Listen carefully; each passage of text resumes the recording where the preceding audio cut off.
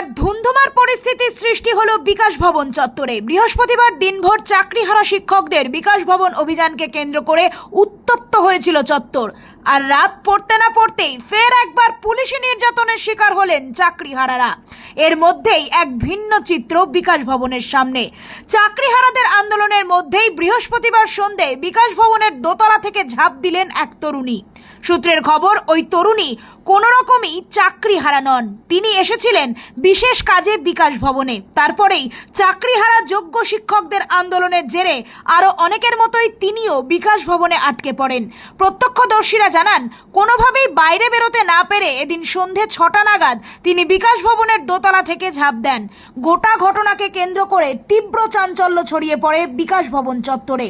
দোতলা থেকে ঝাঁপ দেওয়ার ফলে ওই তরুণীর পায়ে ও হাতে আঘাত লেগেছে।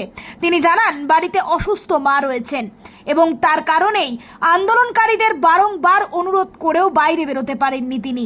এদিকে মাকে ওষুধ খাওয়াতে হবে, সময় বয়ে যাচ্ছে, তাই বাধ্য হয়েই ওপর থেকে লাফ দেন তিনি।